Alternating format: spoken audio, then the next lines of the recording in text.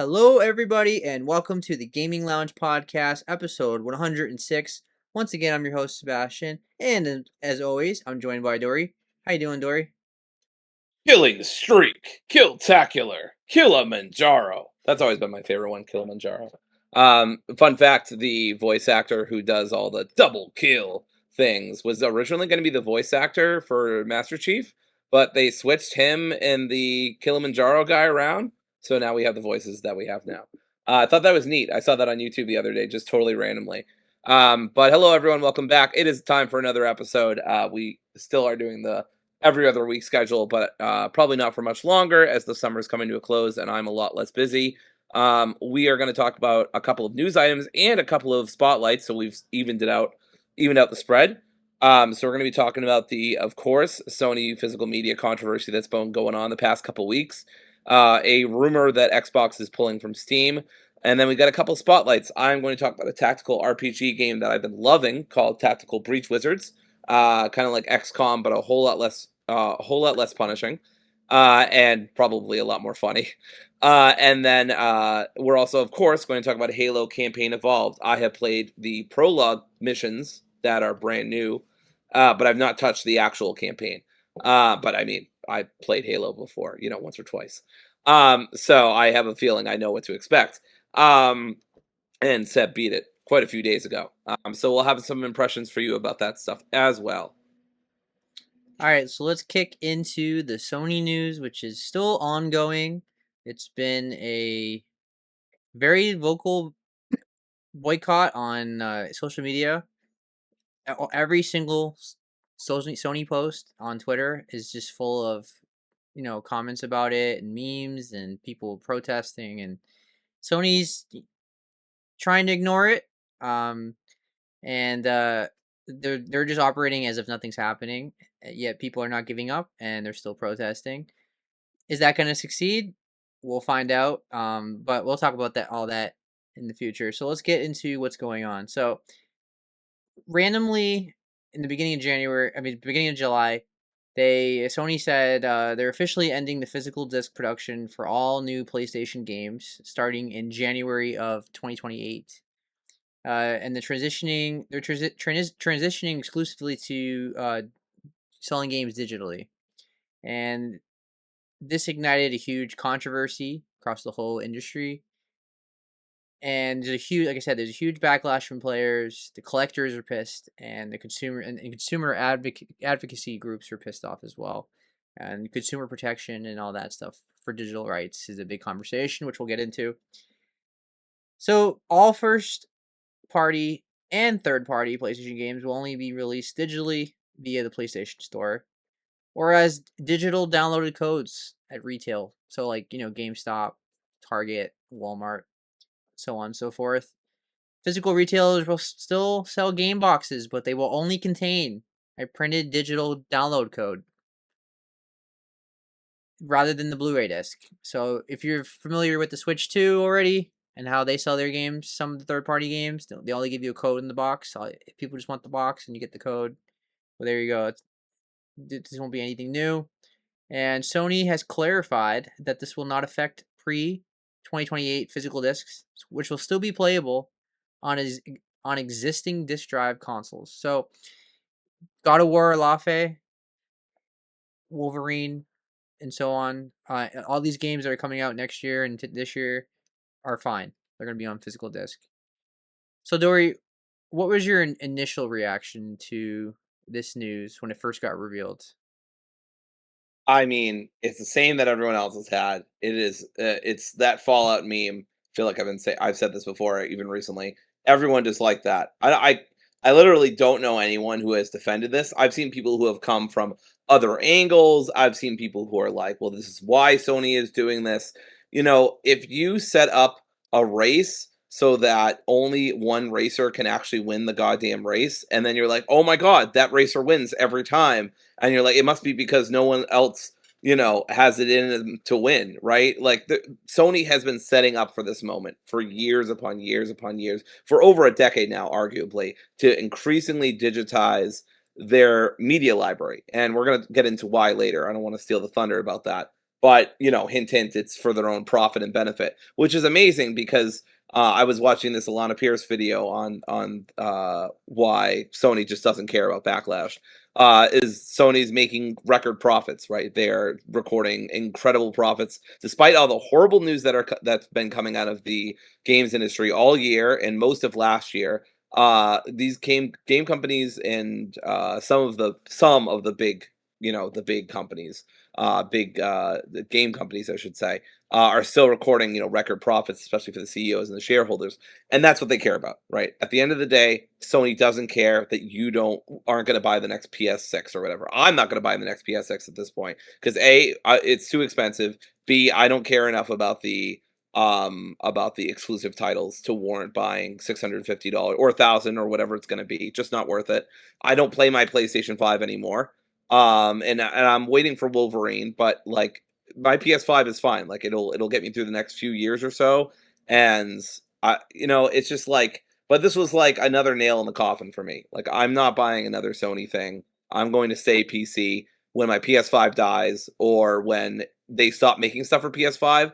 For me personally, that's it. Like I think this is such a scummy move. I think I'm not going to boycott them. I don't really think that's going to do anything. I'm not saying you shouldn't do it if that's how you feel. I obviously think that consumer action is important and can absolutely affect big companies. We've seen it happen before.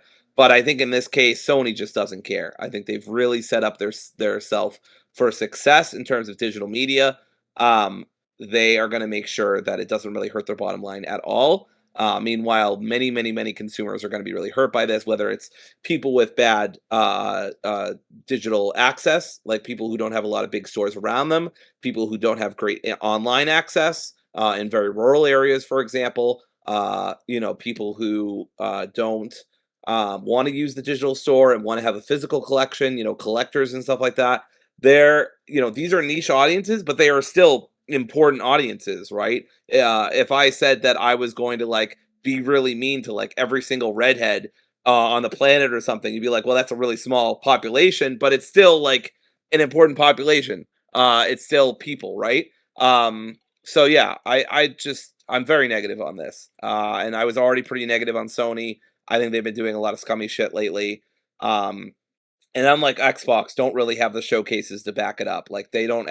I can't go at least with. I can't with Sony go. Well, at least their showcases are like amazing. Like usually they have good to great showcases. Don't get me wrong, but they don't have like amazing showcases where I'm like, well, I can forgive all their terrible shit Yeah, or shooting themselves in the foot.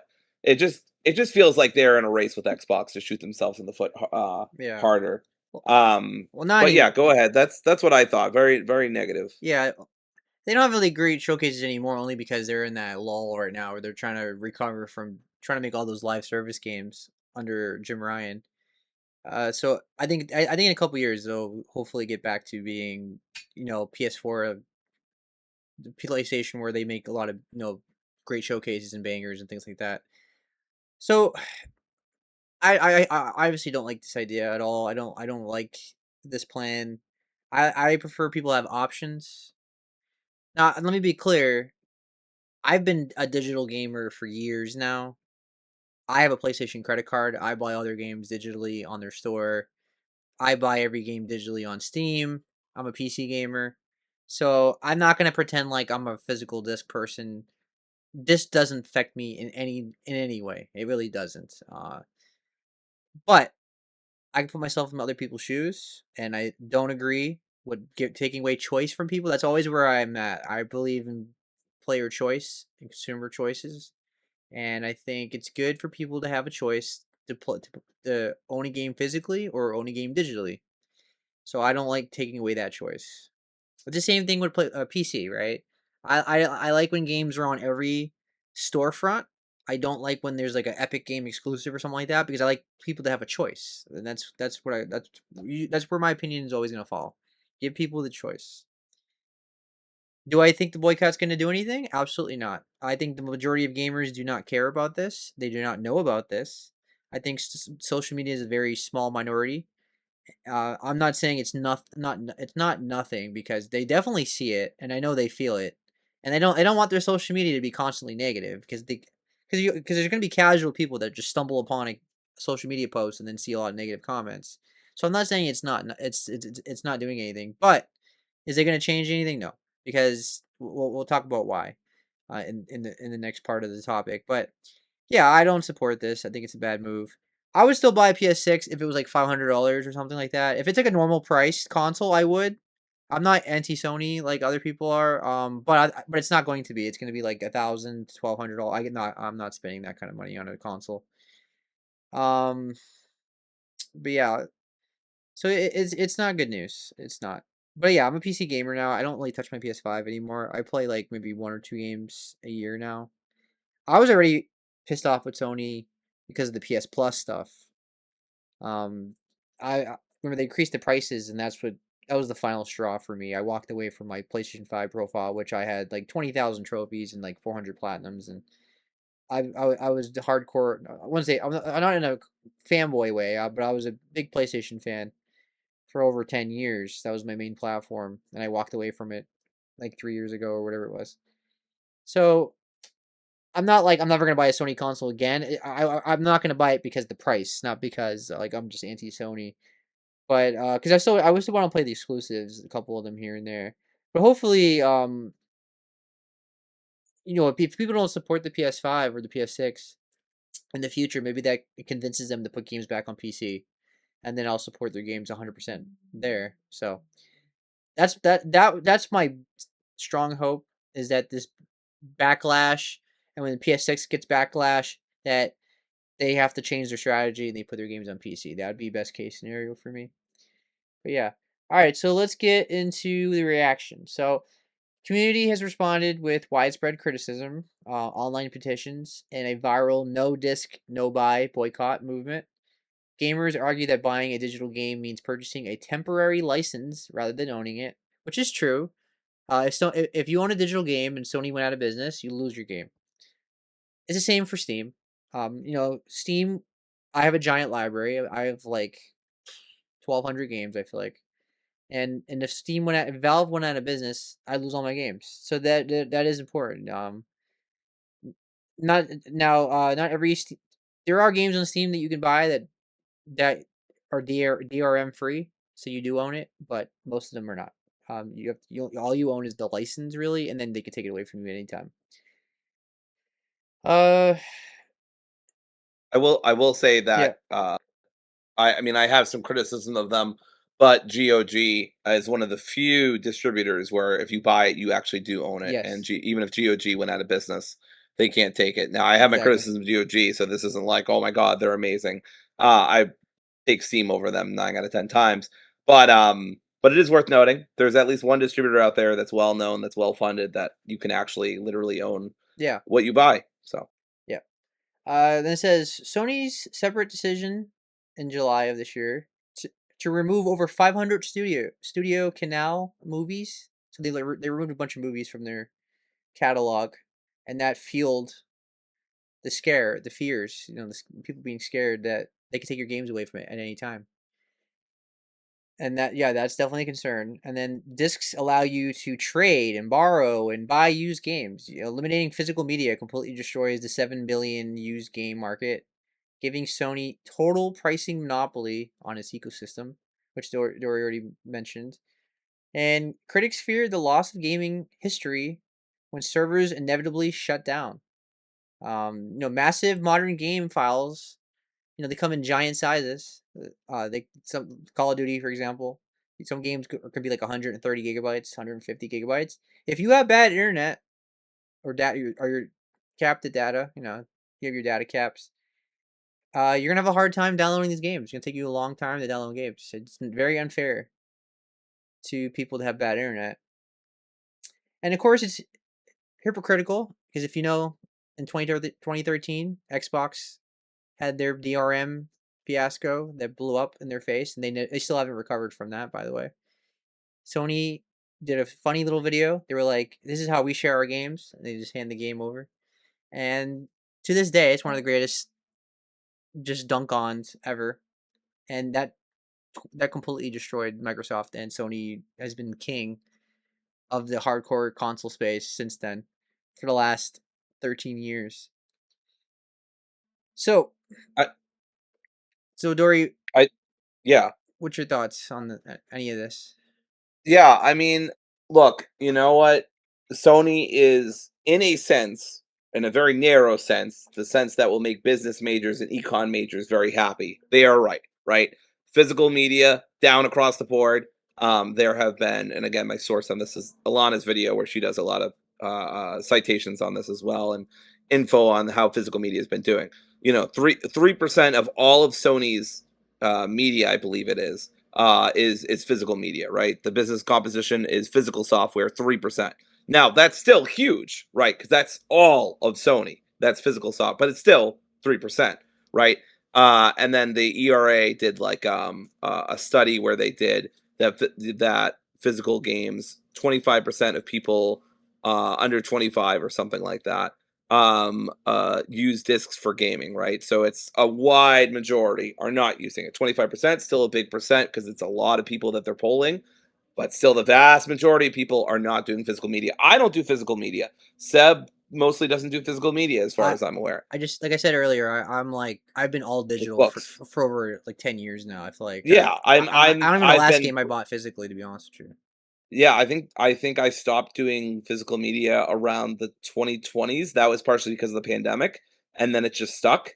Maybe I started a little bit before then, but I know I bought physical games for my PS3, my PS4, and around my PS5. Obviously, I stopped because it's not a disc drive. So Yeah, I think it was around the my 2020s that I stopped. yeah, I couldn't even buy physical for my PC because my PC doesn't have a disc drive. Again, yep, same here. So it's really frustrating. There's also concerns about preservation, like being able to physically preserve media for cultural and historical purposes, which people are concerned about. And if that stuff's not accessible anymore, how are we going to be able to be able to write and talk about gaming, right? Hmm. And so yeah, it's just a frustrating situation. Obviously, Sony has set up the parameters again so that this would happen eventually, and then they could just blame the customers because they're like, well, you guys aren't buying physical media anymore, so we don't need to produce it. And it's like, well, for the past 10, 15 years you've been making it easier and easier to do one thing and harder to do the other thing. So it's like this was always kind of going to happen based on how you're setting the Yeah, rules of the game. yeah, But it's a frustrating thing no matter what. I think it's just a bad call. I think it's unnecessary. I think they could certainly slow down physical media production, and I don't think that would necessarily be a bad call. I'm not sure I would like it, but I would like it a heck more than yeah. this. It So yeah. In the future, I think every company's gonna go this way. That's why my opinion is. I mean, I'm against this, of course, like I said several times already. But I think it's inevitable with the industry. They just don't care. They're gonna do it. So I think what's important now is digital rights, and I think that's where our focus should be. I think we need to have a way the government or whoever needs to step in and make sure that consumers have digital rights to their digital products, and that's the big conversation. I think that's where we're headed because like I said, they can take away our games anytime they want. If Valve's like, no, you don't own this game anymore, they can do that. They're not going to do that, but they can do that, and yeah, that's where we're heading. Like Nintendo's already shifting. Like a lot of their third party games are you get a little code in the box and that's it. Microsoft's been trying to do this.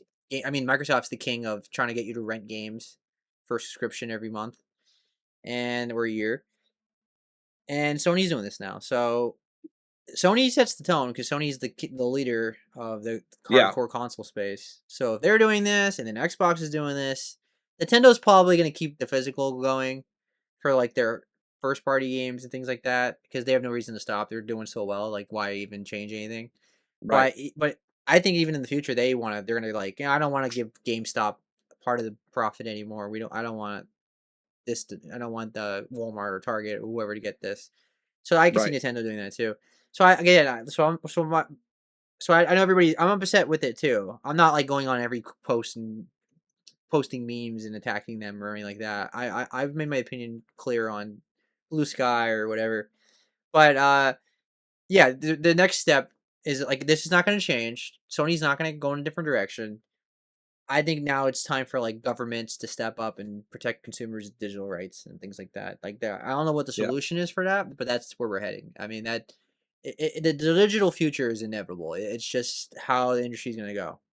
Uh, Things change, unfortunately, um, for good and bad, and the industry's changed a lot. It's not how we remember it anymore, right?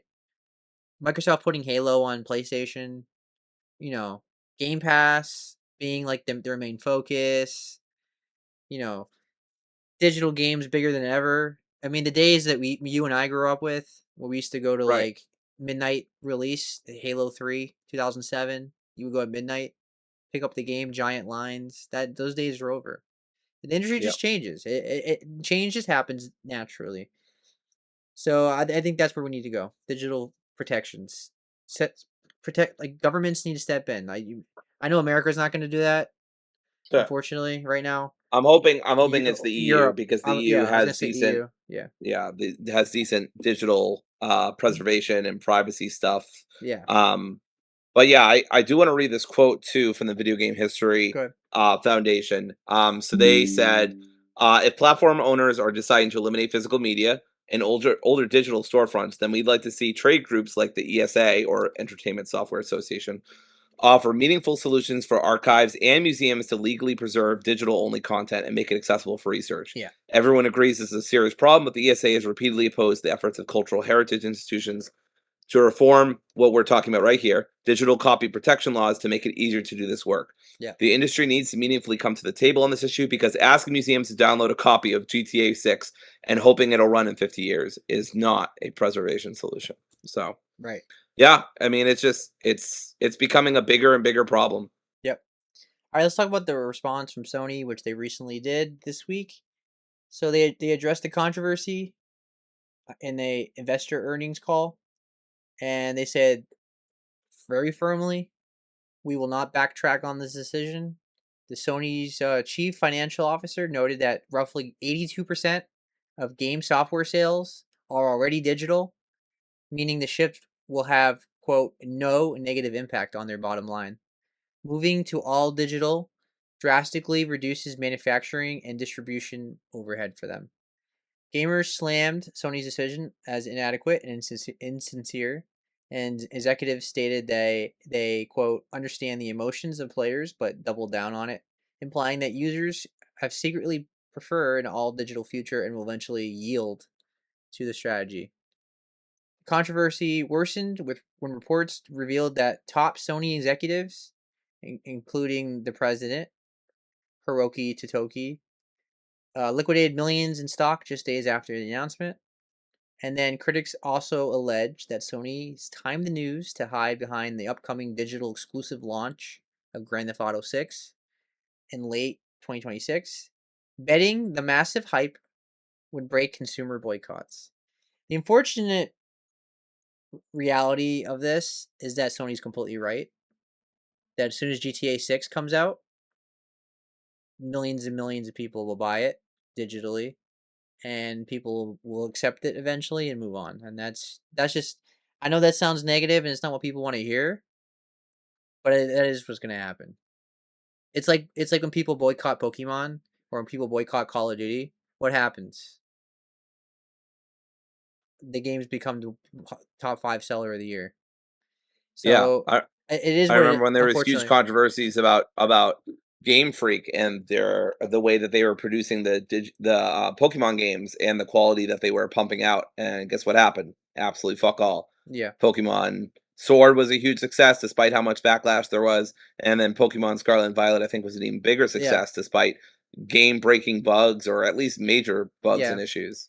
Now, it's neither of us are defending this, but Yeah, you do have to objectively step back and like look at things objectively, and you have to realize that Sony's probably right. I mean, Sony is right. I don't. This is not going to change. I don't think these boycotts are going to do anything. That's why I think the bigger conversation needs to be how do we protect our digital rights and getting governments involved and things like that. That's where we're heading, and that's just the inevitable. That's why you need to focus on that. I don't. Sony, you can. I don't think posting memes on Sony's page, Sony's posts are going to do anything.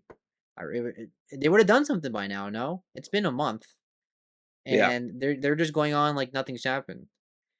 And I think also, and you would agree with this, that I think the average person doesn't even know what's going on. Like, I think the average No. person just comes home, turns on Fortnite on their PlayStation, and then goes to bed. I don't think No, anyone's. it amazes me how often when because I work with kids, of course, like I never hear them talk about any other game besides Fortnite or Minecraft or Roblox, and that's really it. And sometimes like maybe a Nintendo Switch game or something like that. And even with young adults, teenagers and stuff like that. A lot of it is still talking about those kind of mainstream games. And I'm not saying there's anything wrong with playing them, but it's just like they're not the kind of audience that's like Yeah, going to be in a place where they're going to know about stuff like this. yeah, It's a, I would say this is a larger hardcore audience than usual just because it's such a huge production shift, but that's still a tiny audience compared to the huge audience, massive audience that Sony hmm, has, yep, unfortunately. right. And this is the average person. How much does the average person really follow anything? I mean, how much like specifics about like the war in Iran or something like that does the average voter really know about? Like, how much do people really follow news? They just don't. Unfortunately, that's Yeah. just how it is. So Sony's not wrong. I just don't like it, obviously, and that's really what it comes down to. Um, any last thought? I mean, Dory and I, me and you were both in agreement. This sucks. Yeah. I don't support this at all. This is a Yeah, it's like the economics behind the move are sound, Yeah, but the economics were put there by powerful corporations that have a lot more say over the economy than I yeah. think the They consumers do, exactly. which is a huge problem and why Seb was saying we need to get, regulatory agencies involved, government agencies involved. The problem with that, of course, is that a lot of these government agencies are bought off by these corporations through, regulatory capture. Exactly. But that's where activist groups come in, organizations come in, Yeah. consumer feedback comes in. So, I mean, all you can do is hope and push. Yeah. I do agree, though. Ultimately, things are going to just become more and more digital. We need to preserve as much as we can physically, but we also need to push for better digital rights media or Yeah. media rights at the same time. Like it's got to be a two-pronged effort. We got to preserve the Yeah. physical, but we also got to make sure that the digital is being taken care of Yeah. because these companies are just going to keep bulldozing ahead and they're just going to keep running over consumers and then they're going to be like, well, it's your guys' fault because you didn't buy enough or Mhm. whatever. Yeah. Um, so it's frustrating, but yeah, I don't disagree with Seb that at the end of the day, like it makes financial sense, but morally, it's just repugnant on a lot of fronts. Right. It's bad from a preservationist stance, from a collector's stance, from Yeah. folks who have bad internet stance. It's bad from a monopoly stance, right? We talked Yeah. about Seb already talked about how will completely own the the PlayStation Store and all that stuff and the prices and what if they end up doing dynamic pricing, right? Like what if they end up fucking with prices? I don't know that they will do this, but they could. The fact that they could is worrying enough because then where the fuck are you gonna go? Like I guess you could go to your local big box and buy physical media, digital. But it's still like much easier to just do it from your house, like it has been for years. So it's just a shitty situation, but we've kind of, everybody knows that at this Yeah. point, and we've kind of Yeah. beat that horse. So Agreed. But before we move on, also that Sony's the only one that doesn't allow you to buy games codes from websites. Like you can buy Xbox games on different websites. You can buy Nintendo games on different websites. You can buy Steam game keys on different websites. Can't do that with PlayStation. They're the only ones this is that don't let you do that. this is honestly a golden opportunity for Microsoft to fire back and do that 2013 video right back at Sony, but Yeah. they've done fuck all. I don't know what Asha is thinking. Like this is such a golden opportunity for them to be like, hey, look at how much they're shooting themselves in the foot. Don't worry about our feet. Our feet are totally fine. Don't look at the bullet holes. Yeah. But like, look at them, Yeah. and they've just done absolutely fuck all. I don't know. Yeah. Yeah. Yeah, I don't know. Especially if they pull away from Steam, which that's been the rumor right now.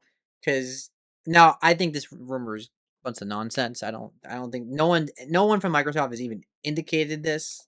This is all coming from Jez Corden, who is a journalist for Xbox, and he's claiming that on his Xbox Two podcast that he revealed that an internal Microsoft Direct, like I think it's internal, yeah. Internal Microsoft directives are laying the groundwork to give Xbox a window to potentially pull out of Steam. And he said, and he says this because they want like just like PlayStation as Dory mentioned, they want all the profit, right? Because if you're on Steam, Steam gets 30% of the profit. Valve gets 30% of the profit. So you want people to go on your Microsoft store and buy the games there, the Windows store, and this would be a disaster in my opinion. I don't. This is not good for me. I don't think it would affect Dory that much, obviously, because you like to use PC Game Pass. It would be a disaster for me, but I think it'd be a disaster for Microsoft. I mean, they rely heavily on Steam games, on their games selling on Steam. I mean, like to make a profit, because my Xbox, the console, is not doing very well. It's the smallest market of the big three. It's way smaller than PC. Do you really want to put your big games like Fable or Gears of War E-Day or Clockwork Revolution on one console that sells like 30 million units and that's it? 35. And then even in this market now, especially in this market, I mean, it's going to be like $1,200 for the new Xbox. If people are going to buy a $1,200 Xbox to play a couple of games, I don't think so. I think this would be a disaster for Microsoft. I just don't buy this rumor at all. What about you, Dory? Yeah, I mean, I was very skeptical of it to the point that I was like, I don't even know if we should talk about it because what if he walks it back, or what if it just ends up being bullshit? And then Jez says did he say on Blue Sky or Twitter? I can't remember. Twitter. Twitter. He said on Twitter, like, "Oh, I never said they were pulling from it." I'm like, that really seems what you're implying here. I don't know what else Yeah. they could do. What they limit their big first party games to not be on Steam, but their third party games are fine. I don't know. Um, but yeah, this would be such a bad move. I mean, they're shooting yourself in the foot with a magnum, which is what they've been doing repeatedly for the past like 6 months or less, Yep. or arguably more actually. But and then there's like firing like a nuke at your foot. Like this would be such a bad move. I can't even articulate how Yeah. ridiculous this would be. I mean, their Xbox is already in a bad way. I would say they are easily number three, and it's not particularly close between them and Nintendo. And they are just not in a good place to be making demands like this. They are not in a position of power that they can be like, yeah, let us throw our weight around and go, get rid of the option to have Steam. I mean, it also seems weird because they've just recently put Steam integration in the Xbox Game Pass app. So that would be super weird because they've just done some amount of Yeah. crossover with Steam. Yeah. So I don't know. This just seems far fetched to me. And not only that, they've tried competing against Steam before, and then they got their asses kicked. Don't people forget that Microsoft in the mid 2010s went full on Microsoft Store against Steam and got their asses kicked. And ever since then, they've been buddy buddies with Valve. And every other company's tried the same thing on PC. Valve is not a monopoly. People just prefer Steam. It's just that simple. It's like it's player choice. People strongly prefer Steam. Steam doesn't do anything anti-consumer in terms of like they're not coming up with like these monopoly strategies to take over the PC market. People just prefer Steam. And then we've had all these companies try to compete with Steam full on, right? EA did its own launcher, Ubisoft did its own launcher, PlayStation kind of did its own launcher, Microsoft Store, and they all got their butts kicked. And what did they all do? They all came crawling back to Steam. So what Yep. happens now? Every EA game is on Steam day one. Every Ubisoft game is on their day one. They still make you do the Ubisoft Connect, which is bullshit, but Yeah. it's on Steam day one. Even some Blizzard games now. Blizzard still has their launcher, but Blizzard just like now that Microsoft owns Blizzard, they have Diablo 4 on Steam. They have Diablo 2 on there, the remastered one. So maybe we'll get Warcraft at some point. I'd imagine the new StarCraft game that's rumored is probably going to come to Steam. So Steam is one in terms of the digital market in PC, and not because, like I said, not because they did anything like anti-consumer. Really, people just prefer them. Epic too, right? Epic is competing against Steam, and they haven't beaten them at all either. So it is what it is. So I don't buy this. I just don't see why Microsoft would do this at all. Like I mean, I get why, like in terms of, oh yeah, they want 100% of the profit. So Steam gets 30%, but I don't see them doing that right now. I think they're struggling too much financially to pull the plug like this right now. They're just not in a strong position to take on Steam. Maybe if like they're doing fantastic right now and they were like the market leader and they were kicking butt, then maybe they can take on Steam. That'd be a ballsy move, but they're not there right now. In fact, they're probably in one of the worst places they've ever been. I Yeah, mean, the numbers she was giving us implied that like Xbox was about to be closed down. yeah. They're I mean, making nothing.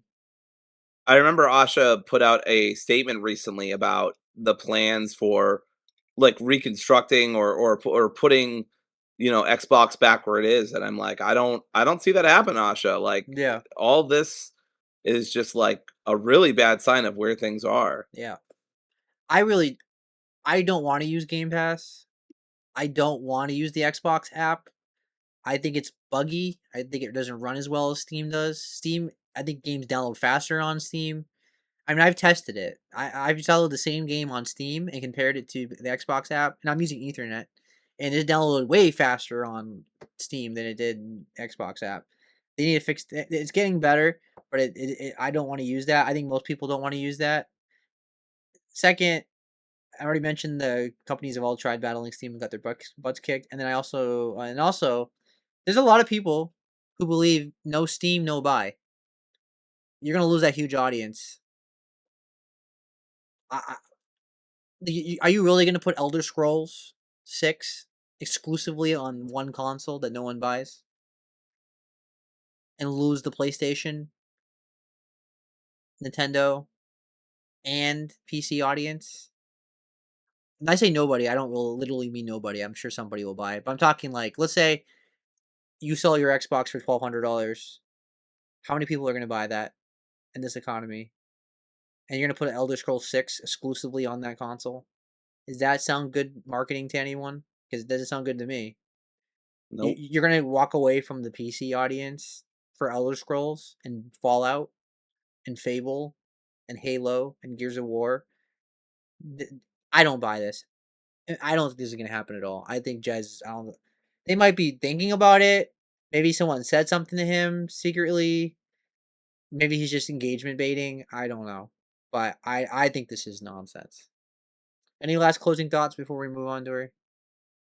I think time will prove this wrong, and if time doesn't prove this wrong, time will prove Microsoft wrong for ever even considering this, let alone doing it. So, yeah, it would be absolutely disastrous. I don't think it'll happen. If it does, Microsoft will regret it forever. Agreed. All right, let's get into our spotlights now. So, Dory, you've been playing Tactical Breach Wizards, and you played a little bit of Halo campaign Yep. involved, and then I beat that one. So I'll talk about that one. So Dory, tell us about Tactical Breach Wizards. Yeah, so Actual Preachers is, as it kind of implies, a tactics RPG game where you play. I don't know about elite, but you play a squad of magically powered soldiers who breach, use their abilities. They have stupid ideas. They're basically trying to take together this opposing group of wizards that are trying to launch a modern conspiracy plot to take over the world. Of course, um, and then you can defenestrate people too. And if you don't know what defenestrate means, it means push people out of windows. That's the word that I learned from this game.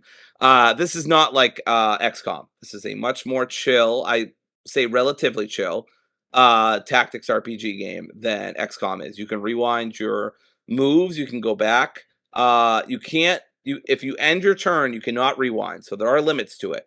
You only have rewind up to a few seconds, not up to like whole turns. Yeah. But overall, the game's a lot more accommodating. You can change difficulty at any time. You can also skip levels, and there are also optional challenging levels that are called anxiety dreams. And these are like really tough, complicated puzzles. Needless to say, I've not done many of them, maybe one or two. Yeah. Yeah. So I'll start with the pros.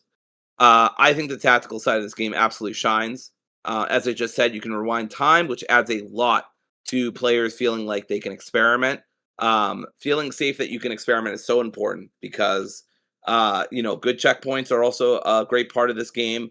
I never feel like you get checkpoints every encounter, every puzzle, but throughout the puzzle itself, you don't get checkpoints. But that's never been a huge issue for me because usually I can tell Muglet. you have this thing called foresee, which is lets you see what would happen next turn if you left things as they are. So if a character is going to die or they're going to take a hit, you're going to be able to see that coming. So again, a lot more accommodating, I think, than typically XCOM styled games are. Definitely made for a more general audience. There is a hard mode. There are again optional challenging rooms, and there's a lot of replay value in doing that because you can get this thing called confidence, which will allow you to change costumes. There's no benefit to it really; you just look cooler.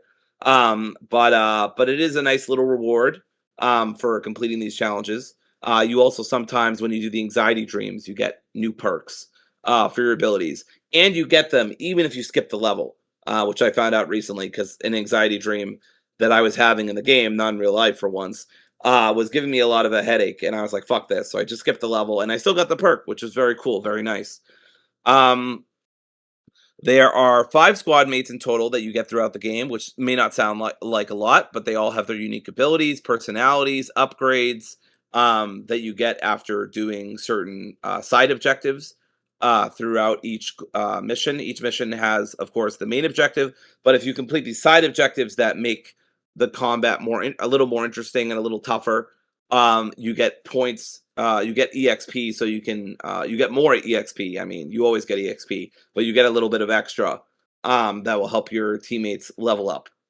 And that's just the variety on here. The amount of solutions you have for a given room is just awesome. So I really love that. Lots of replay value here. The writing is surprisingly really, really good. I didn't expect it to be this good, but it's super funny. I have a couple of quotes. Um, one is so one of the main character is basically Jen, this storm wizard who's also a private investigator. So obviously love her, and she's got it in for this traffic warlock cop named Steve, because of course his name's Steve.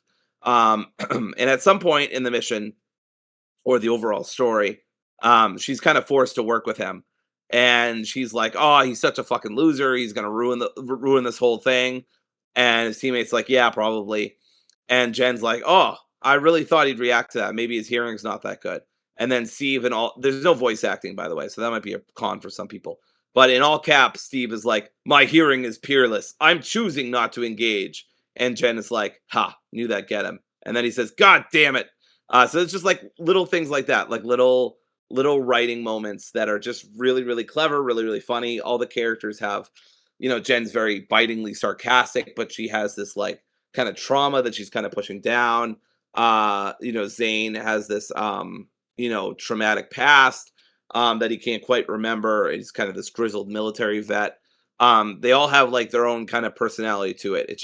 It's super funny. I've written down, or not written down, but I've taken a lot of screenshots of just how funny stuff is. Like one character's like, "Next time you undo my kill doc, we're gonna find out if you can res yourself."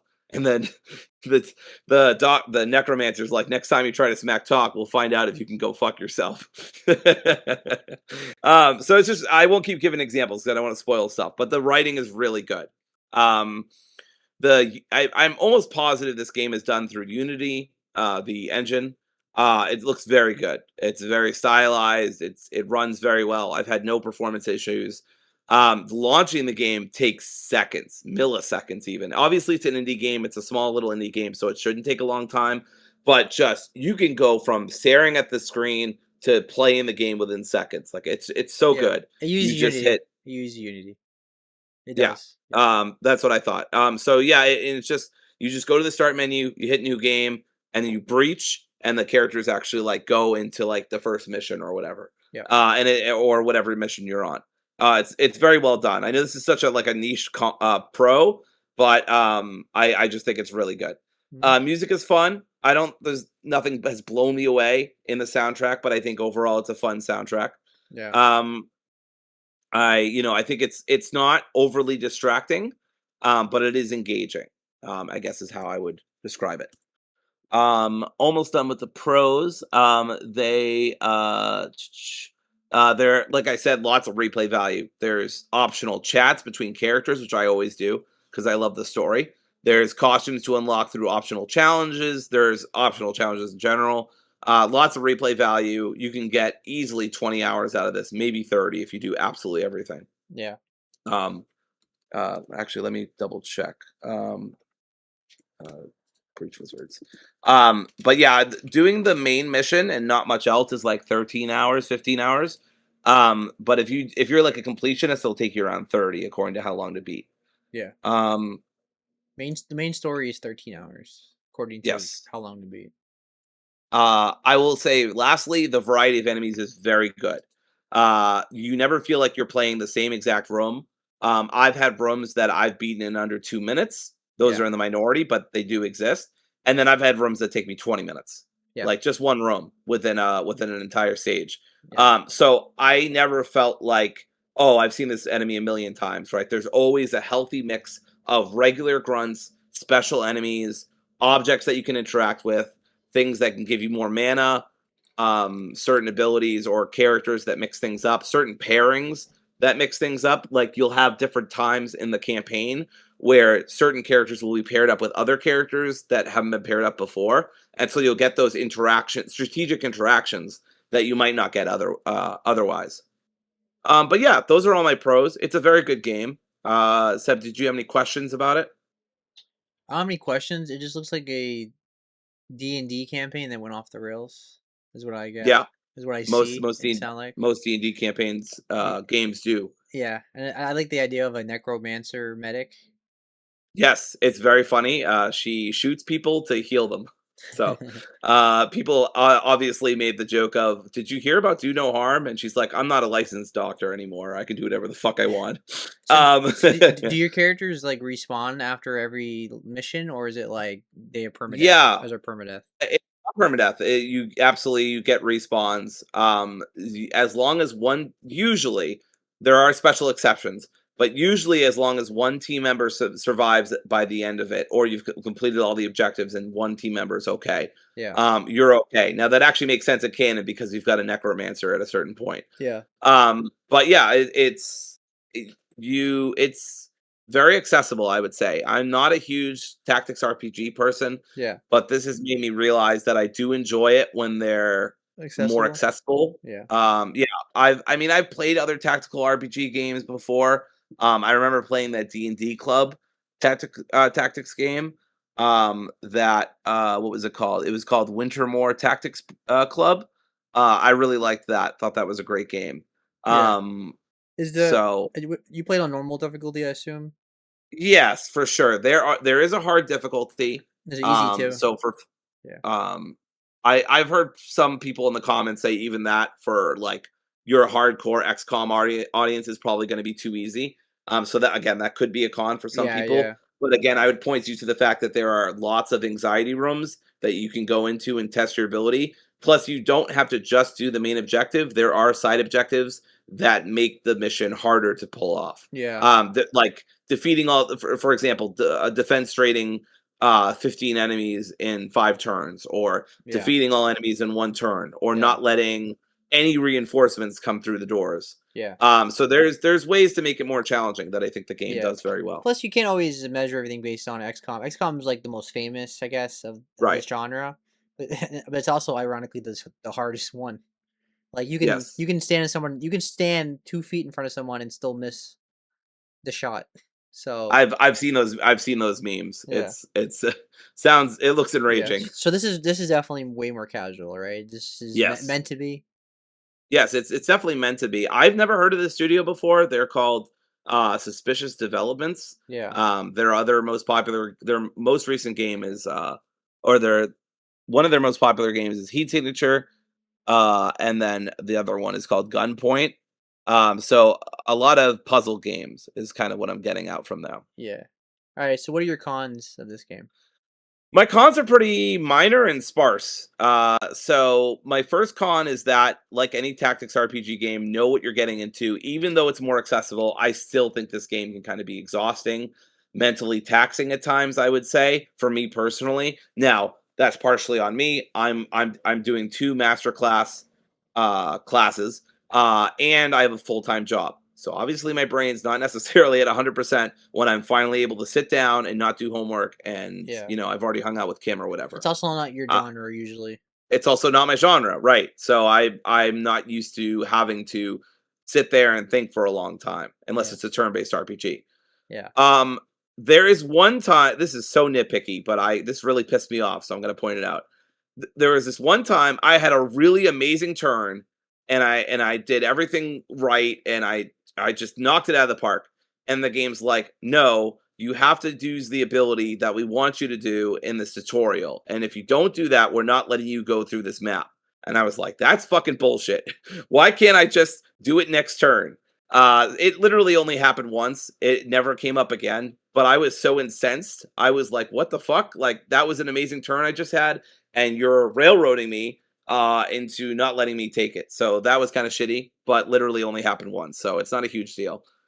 Um, I will say narratively, although I love the characters and I think the plot is strong and it keeps the forward momentum, I won't spoil anything because there are indeed things to spoil in this game. It's a very story heavy game, actually. Not like massively. The gameplay is the main thing, but there is a good amount of character and story going on here, and there is a plot for sure. Um, there was a bit of a retcon, I would say, in Act 3 that kind of caught me off guard. And I wouldn't say it's not the worst retcon I've ever seen, not by a long shot. But at the same time, it felt kind of needless. And I was like, it just was in that trope of like messing with the character slash player's memory. Like, oh, you thought this happened, but it didn't actually happen. I just don't like doing stuff like that. Feels like it takes away player agency. And again, another case of railroading that I just didn't like, narrative railroading in this case. But that's it, really. I couldn't honestly. I thought for a good 5 minutes, I couldn't think of any other major cons or even minor nitpicks. The game runs beautifully. The gameplay is super fun. The writing and characters are excellent. It's a great indie studio that you can support. You don't have to feel bad about any AI bullshit. It's yeah, I mean, there's a lot of replay value, like I keep saying. I won't be doing it, but I mean, other people who want replay value, there you go. I'm 10 hours in. I haven't technically beaten the game yet. I have literally 6 missions left, and then I'm done. So I'm gonna, after we're done with the podcast, I am going to go beat it. But yeah, it's an excellent game. I think I'm at a 9 out of 10, which for a tactical RPG game is pretty high. I think there's a lot here to like. I don't think it's perfect. I think there's improvements you can make, but overall, I think this is a really strong game. I'd recommend this to anybody who is interested in tactical RPGs but hasn't made that jump because XCOM is very scary. And that's me, basically. All right. Awesome. So let's get into our last topic of the night, which is Halo Campaign Involved, which came out recently, last month. And it is a 2026 Unreal Engine 5 remake of the original game that came out in 2001. So it's been 25 years. It is the first Halo game to ever be on a PlayStation console alongside Xbox and PC. And if you don't know Halo at this point, which is, if you're a gamer and you're listening to a gaming podcast, I'd be shocked you didn't know who Master Chief was or Halo. But if you didn't, he is a Marine. He is a Spartan that is a super enhanced human that fights aliens called the Covenant, and that's the whole concept of the Halo. Really, like it's humans versus the Covenant, and then the Flood comes in and stuff like that, and then they have to team up, and that's not in the first game. So you play as a Master Chief, and you fight the Covenant. You fight aliens. It's a first-person shooter. Now, this one does have a third-person mode. One of the skulls you get from the very first level gives you third person, and I played the game half in first person and half in third person. They did a really good job with the third person.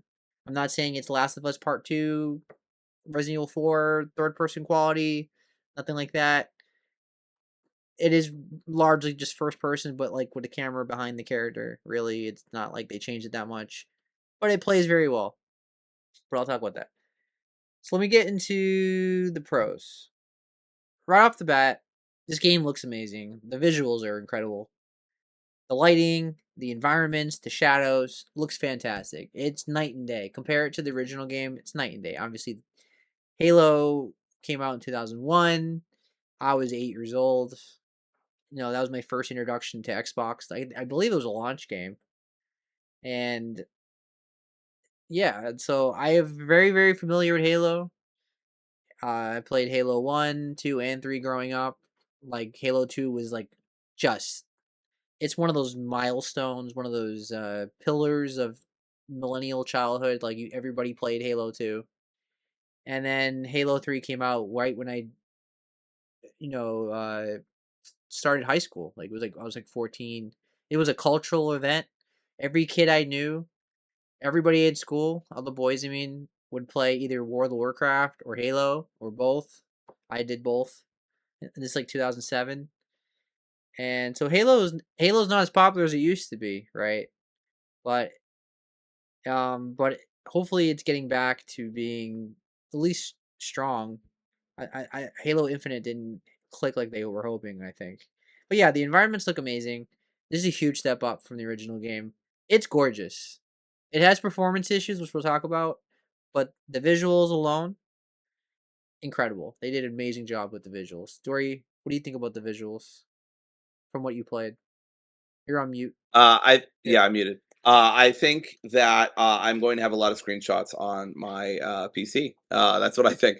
Yeah. I've already taken quite a few from the prologue mission. I wanted to play it first because they were like, "Oh, this takes place 1 year before the normal campaign." I'm like, Yes. "Okay, well then I guess I'll play that first." Yes. That's what I I did. have actually. What's that? That's what I did. Yeah, I actually quite have some complaints about the prologue. I didn't honestly think it was that great. Mm, The gameplay is great. That's not really the problem. mm, But anyway, but yeah, I mean, there's no arguing. The game looks gorgeous. The environments look really flashy, and pristine. Outside looks really good. It looks like, I guess if I could describe it, it looks like how I remember Halo 3 looking, but mm. like Halo 3 didn't look this good, obviously. Yeah. But it's kind of similar to like the Black Flag thing, where like Yeah. you remember it looking so much better. Yeah. But this is how I remember like Halo 3 looking when I was a Mm, teenager yeah. in high school. So it looks really good. I've got really no notes on how they cleaned up the environment stuff. I think it's very nice to look at, take screenshots of. I've taken quite a few screenshots of cinematics and stuff like that. Um, yeah. Yeah. I also like that they fixed a lot of the later levels because those levels do not age well. We'll talk about that level design in my cons, but they fixed some of the levels, like the library level was so repetitive, and the backtracking is so annoying. And then later levels, you go back to the same level, and you know you backtrack to something you already did. And it's really annoying, and they fixed that. They made it a lot more streamlined, easier to get through. Thank God they did that. Made it a lot more tolerable because I was dreading that. I'm very familiar with Halo 1. I beat it on Xbox, but I also played the Master Chief Collection multiple times on Game Pass, on Xbox, and on Steam. So I was kind of dreading the difficulty and the tediousness and the repetitiveness of this game. It's there still, but I'm glad they fixed it later in the later levels, a lot more in the remake.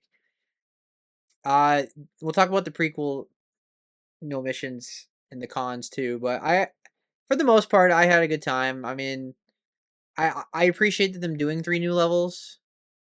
I thought the cutscenes were cool. I like the visuals of that. The the prequel levels definitely felt more modern in terms of the how everything looked. Like in the background, you could see this giant ship, and it looked like a modern first person shooter. You can see the difference. What between a remake and then added levels for a remake for sure. There was 42 gameplay skulls now, and they said one of them you get third person mode. Dory, did you try you didn't because you didn't do the first mission yet, but are you going to do third No, I have. person? Uh, I don't know. I still think it's kind of cool that when you die, the game suddenly goes third person. I kind of like that. Yeah, I probably won't. I like the first person view. I don't really see why I would change it. I play Doom in first person, I have a great time. I play Halo in first person, I have a good time. Yeah. I maybe I'll experiment, but that's only if like I don't know, I really get a hankering to see how it is, Yeah, but yeah. I can't imagine it's that great. I like first person, but I've always preferred third person personally. So if I could switch, I usually do. It's always been my thing. I also like that they added new features. They added sprinting and the physics of driving are better. And then they threw in a bunch of weapons that didn't appear until later games. They added it in this game. You can actually use like battle rifle and the energy sword, for example. Because I think this energy sword was in Halo 2. That's when it was introduced. I don't think that was in the first game initially. And then you can play 4-player online co-op with friends across PC, Xbox, and PlayStation with zero issues. And they do have 2-player split screen on the consoles. So it's pretty simple remake at the end of the day. It's the same game, just modernized a bit with the controls, better graphics.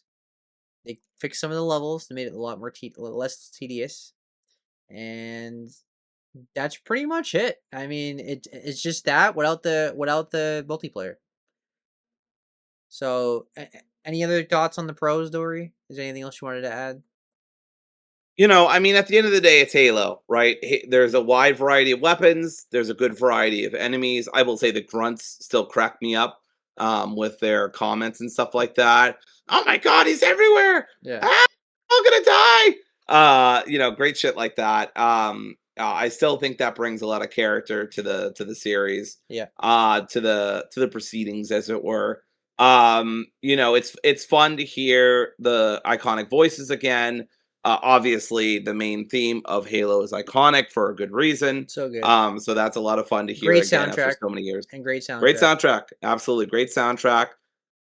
You've still got the pithy mission titles that are iconic to Halo as well, or like little philosophy references like Prisoner's Dilemma. Yeah, Um, you know, overall, it is still the Halo that I know and love. It's just it just looks a lot better, and there's sprinting, and that's really about it. I mean, I'm oversimplifying. There's other stuff too, but and they've added some weapons, right? I've already said weapon variety to be fair, but I mean they've added some weapons in that were not in the original, right? They've added the brutes in. They've added some new weapons that I don't, you know, like the needler plasma rifle combo thing. That definitely wasn't a thing before. And you have the energy sword, and there's a lot of really cool shit that you did not have in Halo One. Of course, you can't dual wield, so it's inherently inferior to Halo 2. But still, it's really good. I've had a great time with it overall, but I do have definitely some criticisms.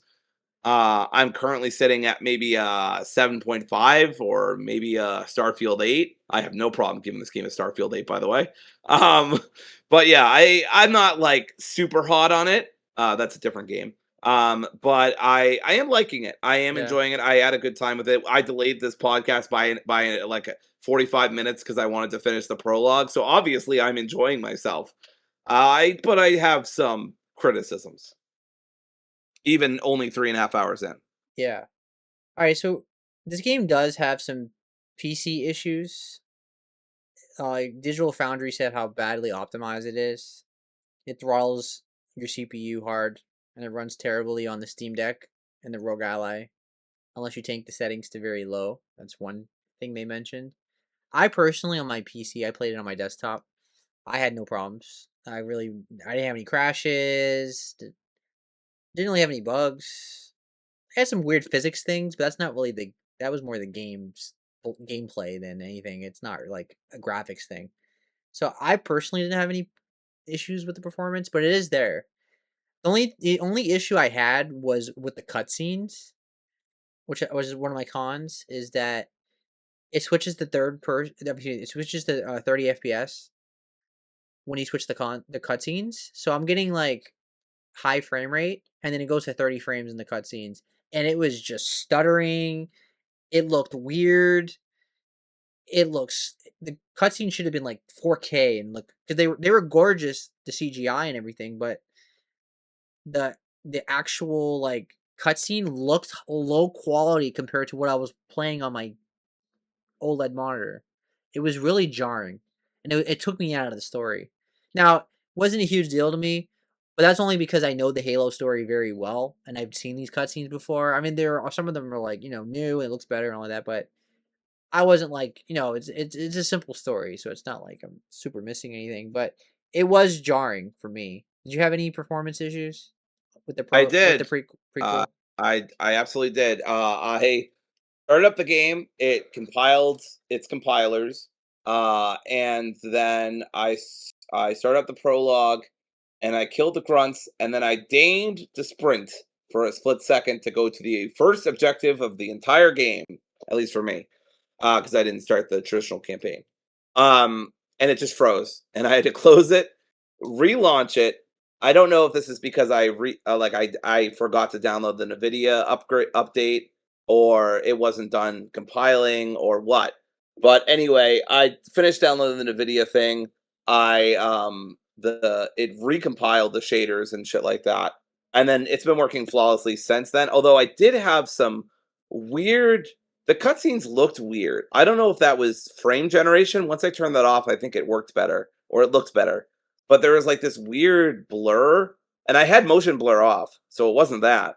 But this weird effect throughout the It looked cutscenes that was off. kind of taking me Yeah. out of it. So I guess you had it too, right? Based on what you just said. Yeah, and also the very first cutscene of the game, I had this giant black line blocking the cutscene. So like right off the bat, I was like, "Uh oh." Now again, I played this game. I got this game the premium one for as a birthday gift. So I was playing it 5 days early. So maybe it was not patched yet or whatever. But yeah, I was like, "Uh oh." Once I got to the gameplay, it was fine. But the for whatever reasons, the cutscenes just looked off. Not the video itself. I'm sure on YouTube it's gorgeous. I'm talking about like when I was playing the game. It was just very jarring, jumping from like 100 frames to 30 on a cutscene. So yeah. Yeah. Yeah, the cutscenes are definitely jarring.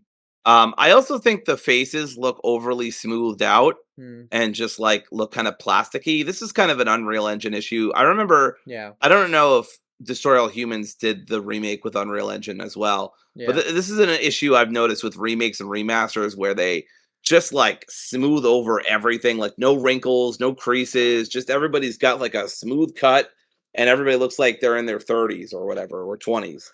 And it's just kind of unrealistic and not particularly visually interesting, is what I'll say. Hmm.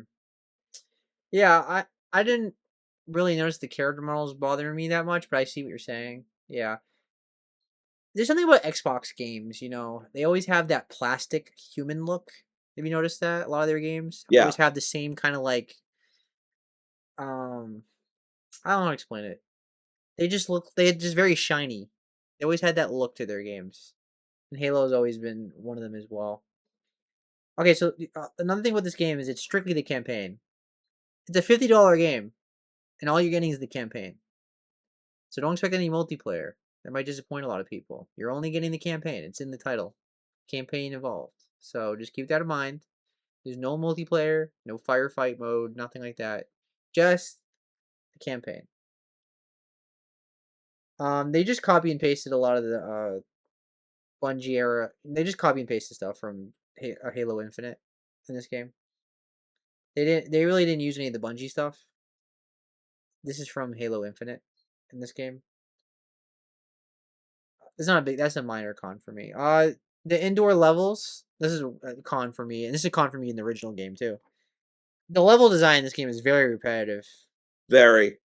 This game is nothing but hallways, purple hallways. Nothing but hallways, big area, hallway, big area, That's all a this game is. little bit of verticality, then a moving a platform, maybe a vehicle or two, maybe a ghost if you're lucky, and that's it. And it feels so limiting. That's one of my major cons of the prologue. I was like, how many fucking hallways does one goddamn ship have? Holy Yeah. shit.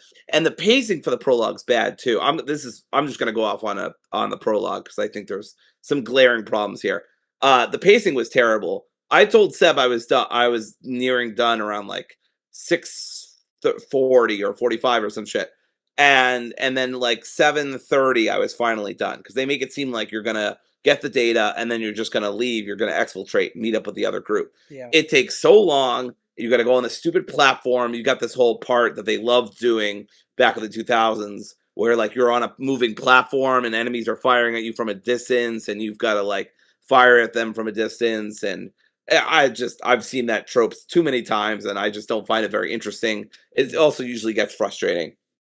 Yeah. um and then the whole thing ends with, I just think it's bad, actively bad. You're in a ship, which should be fun and cool, but you Mhm. feel so slow. The combat's very tedious. Some of the ships can repel your main blasters, which is fine, but the blasters that actually won't be repelled so that you can destroy it don't lock on. So you've just got to be really close or really good. Mm. Otherwise, you're just wasting your time and you've got to wait for the shots to come back. There's a whole bunch of objectives you get to do in space, and I get that they want you to enjoy the fact that you have a ship. Yeah. Um, I did not enjoy this part. I thought this part was actively Yeah. bad. It was tedious. I was like, I just want this prologue to be over so I can get to the actual campaign. I think this prologue would have been perfect if it was like 2 to 3 hours, but they really just like made Shoot. it a bit longer. And it's Shoehorned not it. like Yeah. they shoehorned it, yeah, for sure. And there's no real like plot, like movement or whatever. Like it's nothing interesting. The just that like Johnson and Master Chief Mhm. find the map to Halo, and you could have just done Yeah. that and just had Yeah. it be a quick prologue. I don't know. It just feels like this is, I guess, in a bad way, in a good way. They very much evoked, I could see this as an original Halo level. Like I could have seen these, except for the ship part, definitely not that. But everything else, I could have seen as like part of the original Halo.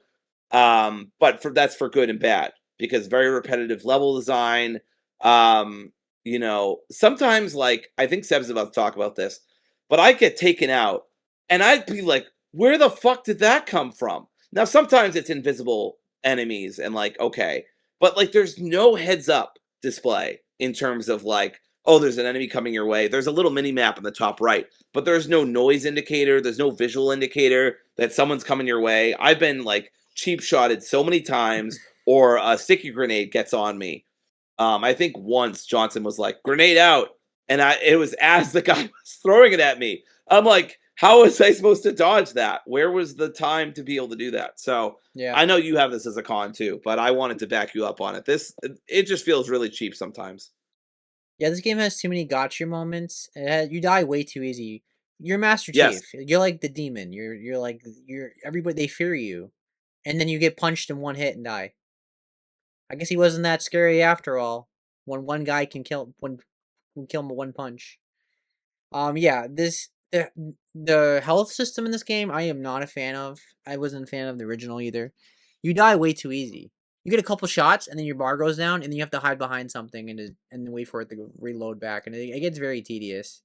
And they just throw so many enemies at you, like waves after waves.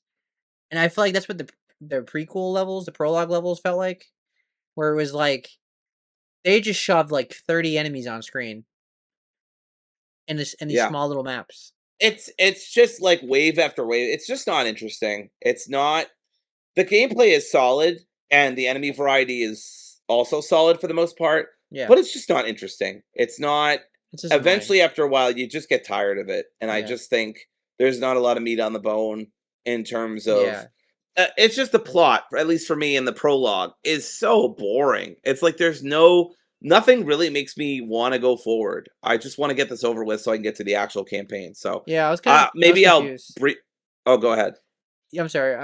I was just confused by it because it really doesn't do anything. The story was just didn't lead anywhere really. It's like what was the point? You could have just put it in the It's an campaign, and then it It's would. just an awkward. They pulled a Halo 2, right? Because it's just such an awkward like ending. They just zoom away in space, and then Johnson has this conversation, and then it just whoop right back to the main menu, and I'm like, okay, like that Yeah, was it. yeah, Weird. I agree. But yeah, there's too many of these moments. The checkpoint. I also don't like the checkpoint system in this game, and Mm. you'll experience this when you get to the main campaign too. Oh no. Like because it's just random. Like when the checkpoints kick in, and like you can get a checkpoint in a bad spot where you're like constantly dying or Yep. constantly like getting swarmed, and I you're had gonna keep dying in one spot because they put I you. had this moment where I was right next to a turret, and two hunters came out of a side door, plus a couple of grunts, and I was like, "Oh, well, I'll just get on. This is perfect. I'll just get on the turret. I'll fuck these hunters up." Every single time they killed me, every single time, and the fucking turret did nothing to them, and I'm like, "What the like? What is the point of me having this Yeah, turret?" So eventually, I just killed them with yeah, fucking rocket launchers. yeah, and the But it was wor still like, "What the yeah, fuck?" but the worst enemy in this game are those big guys with the rocket launchers with the shield, and they're gigantic with the you know what I'm talking about, the really big bulky I tank guys. I don't know that I. You, Oh, the golden guys. like they're big, they're like really big, and they have shields, and you shoot them and they block it with a shield, and they have a rocket Okay, launcher. maybe I haven't experienced them just W- because of I haven't done that. Are they in the prologue too, and I just forgot? I don't remember if they're in the prologue or not, Okay, I but don't think they are. you will experience them because they're in the game a lot. They're Yeah, so annoying, and they do so much. They one shot you with the rocket, and then like you get in a turret, and they can two shot the turret, and you blow up and die. And I don't know. There's too many moments where you die too easy. Like you die way too easy in this game for the kind of game that it is. It's not like Call of Duty where they try to go a little more for like realism, and obviously you get shot, you would die, and things like that. Halo, you're wearing like a super strong outfit, like armor, power suit, and you're just getting you die, like you're on red in like two shots. It's like yeah. okay, I, yeah. That's what I thought too. I played it. I almost played it on heroic, but I wanted to be safe and play on normal. yeah, I've died so many times, like 10, 15 times. I'm like, I don't remember Halo being this hard. it is, Like with you dying so quickly, it like your is, your shield is just like silly putty. yeah. Like it's just plastic wrap. It's Yeah, nothing. that's why They just legendary is so legendary if you can pull it off. That's how yeah. hard this game is. It's always Yeah. been like So that. I don't remember Halo being this hard, but I mean, I don't know. Yeah, I know they changed the way that shield and health works, right? Because if your shield yeah. goes down, then your health is still there. It worked differently in the original. I don't remember. I think there was health packs and shit because There they was the were health still pack. doing health. I think they're at the tail end of health packs. Yeah, no, there was health pack. They changed it for this game. Yeah. Yeah, I knew it was gonna be hard because I played the Master Chief Collection version, and it was definitely hard. Yeah. All right, Master Chief and Cortana recorded their lines, which is great.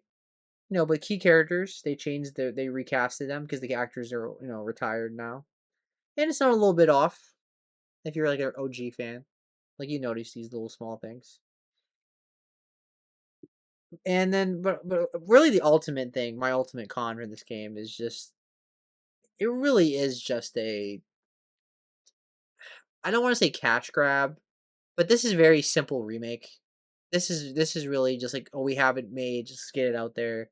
It doesn't feel like we talked about Black Flag Resync last episode, and that felt like a legitimate remake. Like they did a great Yes, job in a lot of that ways. felt necessary to This one me. feels like the same game with a new coat of paint and some new added features here and there, and a shoehorned prologue just to thrown in there, and then $50, and that's what this game feels like. It just doesn't feel like a true remake. It just feels like the Oblivion remake. It just kind of feels like the same game with a fresh coat of paint, and that's basically what this game is.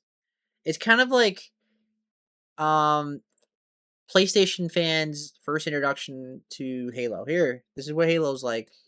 Why, like, if you're an OG fan or like a hardcore first person shooter fan, it's gonna feel like, wow, this is really bare bones. Like, this is just the same game, but better. Yep. And that's really what this game is. It really shouldn't be $50. You could beat the game in 5 to 6 hours. I mean, Halo is not a long game. The And prologue. now that you can sprint too, you can just sprint past encounters. I've already done it a few Yeah, times, there's a few times. in the main in Yeah, the prologue. exactly. There's a lot of times you can Although just to be fair, you could always run by the enemies if you wanted to. true. There's sometimes you try to and you just can't. You just get one shotted, Yeah, and there's other times that you're better off doing that. But yeah, you're getting 50. You're paying $50 for a 5 to 6 hour game. Now, I like I said, I'm not somebody that always associates price with games and like if it's worth it or not. If the game is fun, 6 hours can be fun and everything. And then obviously you can get replay value if you want to play in a higher difficulty or whatever. Get the skulls, have fun with that kind of stuff. But really, you're paying $50 for a 5 to 6 hour game. The prologue is very short. You're only getting 3 missions, and then they add a ship section where you drive a ship around, and it really wasn't that great. And it was actually very easy. I don't remember. I didn't even die at one. I wasn't even close to dying. I was just basically flying straight, shoot, shoot, shoot, shoot, shoot, shoot, and that was the whole. So boring. That was the whole thing. Like there was nothing. Yeah. There was no fun Star Fox like flips and big moments. I It mean, you was could do it, but they felt pointless. I was yeah. like, and a couple times I did it, I slammed into the ship and I died. So I'm like, well, I'm not going to be doing that. It just felt so shoehorned. It felt like when they put the vehicle movement in Gears 5. Like, Yeah. why? Oh, because we want to do Why? something different. Because we want to do something. No, it just doesn't work. With that said, it's a Starfield 8 for me, I guess. Like, it's a weak 8 out of 10 for me. Maybe it's a 7.5. Like I had a good time. It's a good game. Like I'm not saying it's bad or anything. It's just you just gotta know what you're getting into. It's a very simple remake. You don't expect anything revolutionary. Don't expect them to completely change Halo. It's just Halo with a fresh coat of paint. That's all you're getting. And they added some add some things, change some things, change the system of like sprint and the health and new weapons from the other games thrown in there. But it's the same game. So it's a simple game. So I can't criticize it super hard because it's not bad at all. It's just not great. So that I guess that just screams 7.5, right? Seven Starfield 8. Yeah, like it's pretty good, but it's not great. Yeah. So I recommend it. Probably wait for a sale. Or better yet, Or play it on Game Pass. So yep, that's what I'm doing. yeah. I didn't pay a single. Well, obviously I Yeah. paid for Game Pass, but you know what I mean. I didn't pay directly for the game, Yeah. so $30 I think is a fair price for this game. yeah. I mean, 40, it's telling 40. that I'm gonna go right back to Tactical Breach Wizards. I'm gonna go finish that, then I'm gonna go play Halo because I'm having a much better time Hmm. playing Tactical Breach Wizards Yeah. than I am playing Halo. Uh, They're very different games. yeah. It's not really a fair comparison, but yeah, But like I said, don't get me wrong. I really had a good time. Like I had headphones on. I had a good time. I just sat through it. Like I played it for like 5 hours straight. Like I wasn't like bored. Nothing like that. Had some frustrating moments. I'm like seriously, but I had a good time. But then I finished it and I was like, okay, then what? And that's really how I felt. Like okay, that was fun. and like Seb said, there's just nothing. There's no multiplayer, which not packaging multiplayer with Halo feels like a war crime. Yeah. There's also like a lot of Halo fans have been pointing out that some of the, I know we talked about it, but the voice lines feel very wooden or off-putting, or just don't hit the same, and Yeah. not just because it's been 20 years or whatever. Because all the voice lines have been re-recorded and some of the actors aren't there anymore, like Seb said. Um, and then on top of that, like sometimes so of course there are invisible elites, right?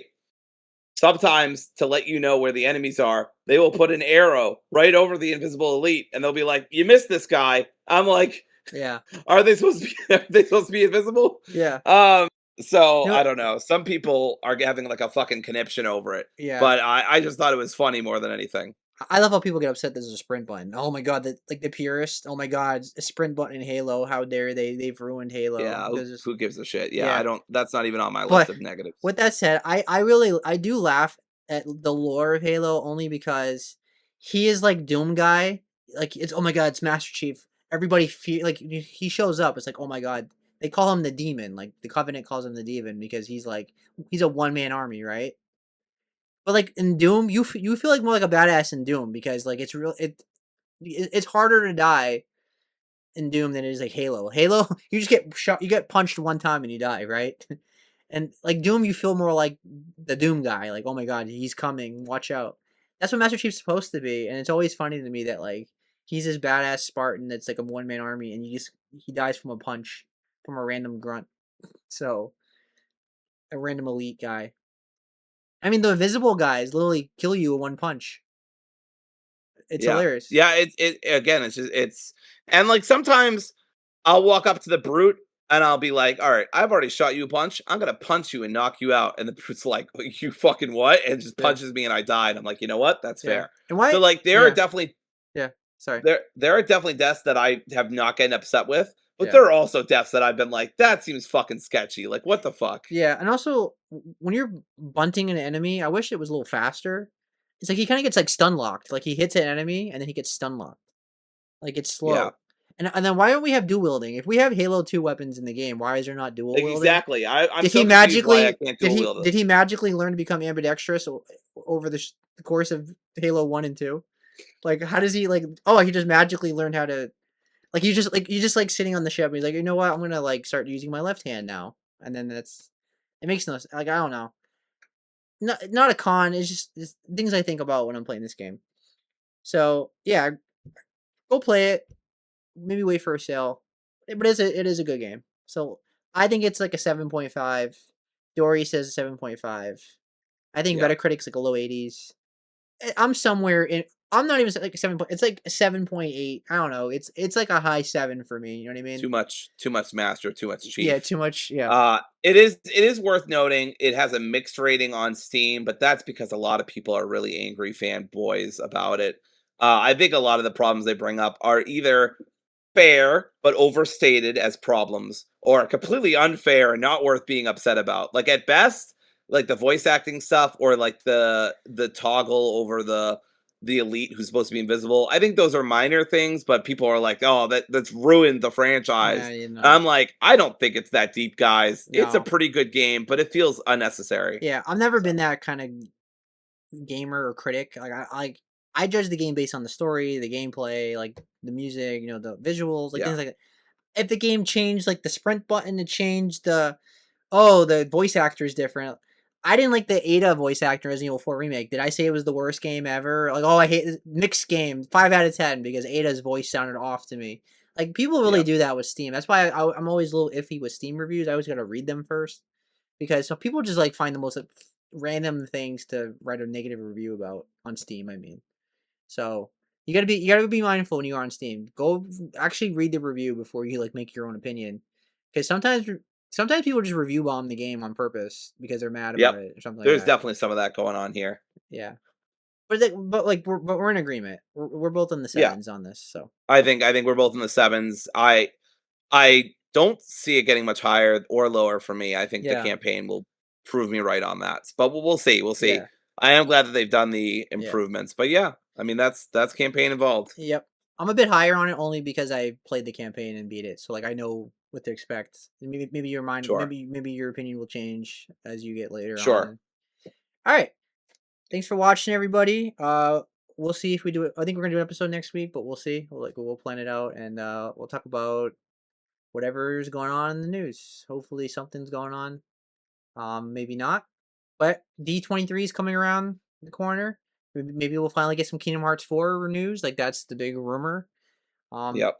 I feel like we're gonna see Kingdom Hearts. I just don't think we're gonna see anything new. I think it's just gonna be like a reminder, or maybe like character art or something like that. I don't think it's gonna be like a trailer. I think it's gonna be like here's our characters, and maybe at the very least, I could expect like a world or two to be revealed, like what worlds they want to put in the game. Like maybe that You like mean at some the most? yeah at the most. I mean, and like and I think it's gonna be like Moana or like something like that. I don't or you know I think it's gonna be like Moana, Coco, or like um what's the other movie? Encanto. I think it's gonna be one of those three. Yeah. Yeah. So, and then Gamescom is the end of the month. So, And we'll then of see. course Beast of Reincarnation is coming out tomorrow. And Marvel Tokon. So comes out this week. So that's what we're gonna talk about next week. So we'll see you guys then, and peace. Bye everybody. D&D camp starts tomorrow for me, so Yep. positive vibes, please. That it goes well. And back to school to meet for me tomorrow. My summer is Yep. officially over. My summer vacation is not over. Nope. I'm not done, but Seb is. He's gonna get real spiky hair come out of a cocoon. All right, bye everybody.